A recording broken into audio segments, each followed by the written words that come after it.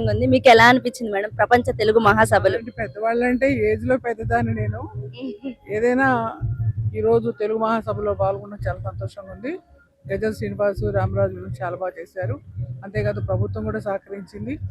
అంతేకాకుండా చంద్రబాబు నాయుడు గారు, పవన్ కళ్యాణ్ గారి సహకారంతో, లోకేష్ గారి సహకారంతో చాలా బాగా ఇవన్నీ కూడా సమకూరాయని నేను అనుకుంటున్నాను. అట్లాగే అన్ని డిపార్ట్మెంట్ వాళ్ళు కూడా బాగా సహకరించారు. ముఖ్యంగా మీడియా పత్రికలు సభలు జరగక ముందే జరిగినట్టుగానే అసలు 3 రోజులు కూడా ఎంతో పబ్లిసిటీ ఇచ్చాయి తెలుగు భాషకి. తెలుగు భాష పబ్లిసిటీ అనేది 3 రోజులు బాగా జరిగింది. నేను ఇవాళ సాయంత్రం వరకు రాలేకపోయాను ఇక్కడికి వచ్చాక ఎలబుద్ధి కాలేదు.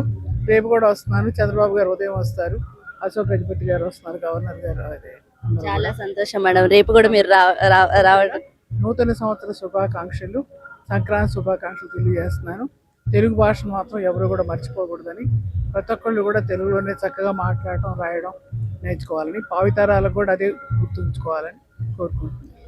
మా క్యూటీవీ లైవ్ కూడా రేపు స్ట్రీమింగ్ కూడా అవుతుంది మేడం, అందరు చూడమని ఒకసారి చెప్పండి. తప్పనిసరిగా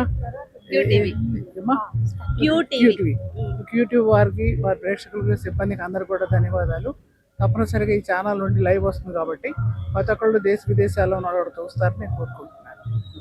ధన్యవాదాలు మేడం, చాలా సంతోషం.